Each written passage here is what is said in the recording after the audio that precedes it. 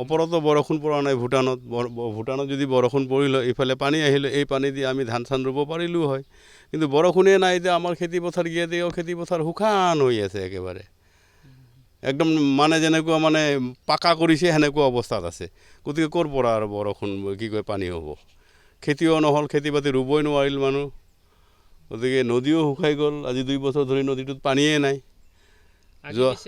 এতিয়া সেই পৰিৱেশ নাই কাৰণ পানী নাই আৰু কোনে আহিব এতিয়া চাব আমি যে দোকান দিওঁ আমি আগতে একদম কম হ'লেও 3,000 টকা বিক্ৰী কৰা আছিলোঁ এতিয়াতো আমি 1,000 টকা বিক্ৰী কৰিব নোৱাৰোঁ 800 বা 600 700 এনেকুৱা টকা বিক্ৰী কৰি আছোঁ মোৰতো 2টা ল'ৰা ছোৱালী কলেজত পঢ়ে এতিয়া এইখন দোকানে দিয়ে মই পৰিয়ালটোও চলাওঁ কলেজতো পঢ়াওঁ খোৱা লোৱাও এইখিনি দিয়ে এতিয়া আমাৰ বৰ্তমান যি দেখিছোঁ অহাবাৰ কিজানি আমি চাউল কিনি খাব লাগিলে 100 টকা কেজি কিনি খাব লাগিব ধানটো ৰুবই পৰা নাই মানুহে খেতি কৰিবই পৰা নাই পানীৰ কাৰণে ওপৰৰ পৰা পানী নাহে আমাৰ ডং চঙৰতো ব্যৱস্থা নাইয়ে পিছপৰা মানে অসমখন পিছপৰা মানে আৰু বেছিকৈ পিছ পৰি গ'ল চৰকাৰৰো কোনো দায়িত্ব নাই যে চৰকাৰে যে কিবা এটা ডিচিশ্যন ল'ব যে পানী নাই কিবা বৰিং চৰিং বহাই দিব সেইবিলাক নাই খালি সিহঁতে হিন্দু মুছলিম কৰিয়েই মানে আমাক হাৰাশাস্তি কৰি আছে এইফালে মানুহ যে খেতি কৰিব পৰা নাই কিবা যে এটা ব্যৱস্থা কৰি দিব লাগে সেইটো চিন্তা তেওঁলোকৰ নাই খালি মানে সেই হিন্দু মুছলিম লগতে নদীটো যে কি অৱস্থা হৈ আছে অলপতো তেওঁলোকে চাব লাগে আহি বেকী নদীটো যিহেতু এতিয়া বেকী বুলি নকয় মানাস বুলিয়ে কয় অলপতো চাব লাগে মানাস অভয়াৰণ্যৰ জীৱ জন্তুৱে পানী খাব পৰা নাই কালি ৰেঞ্জাৰ ছাৰক যেনেকৈ খেদি আহিছে প্ৰায় 1.5 কিলোমিটাৰ ৰাস্তা খেদি আহিছে গড়ে কিবা কৰি ইয়াতে আহি ৰেঞ্জাৰ ছাৰে বাচিছে এইটো ভিতৰত ব্লেংক ফায়াৰ কৰি গতিকে পানী নোহোৱাৰ কাৰণে তেওঁলোকে পাগল হৈছে যদি বৰষুণৰ পানী থাকিল হয় হয়তো তেওঁলোকেও এনেকুৱা পাগল নহ'লে জীৱ জন্তু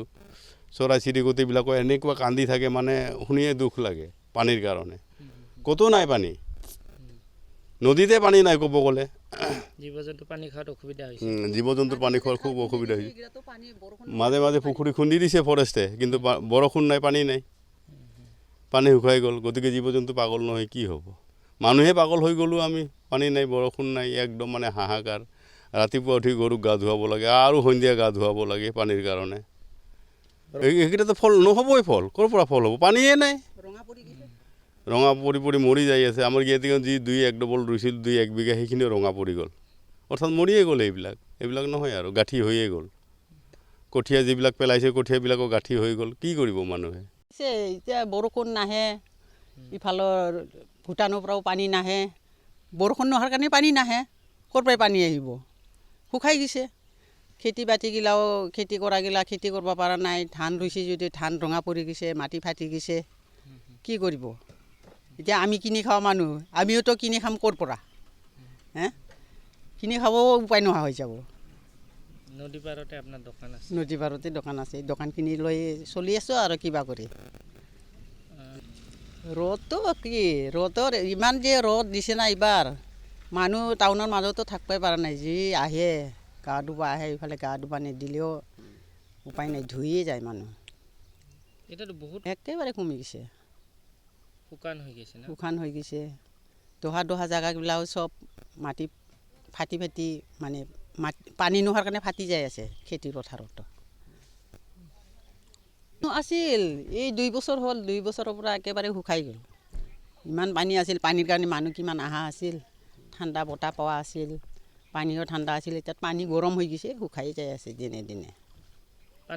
পানীটো জানামতে চীনৰ পৰা আহে বুলি কয় ভূটানৰ মাজেদি এতিয়া শুকাই গৈছে পানী বৰষুণ নোহোৱাৰ কাৰণে পানী নহয় বৰ্তমান অহা নাই আহিব ছিজন আছে না নাৰেংগুৰি বিকিয়া একেবাৰে নাই পানী চাগে সেইকাৰণে পানী নাহে এই কেইদিনমান অলপমান পানী পৰাতে অলপমান আহিছিল এই 2 দিনতে শুকাই আৰু বেছিহে শুকাই গ'ল আগতেতো পানী ভৰি থকা আছিল 2 বছৰ হ'ল পানী নভৰে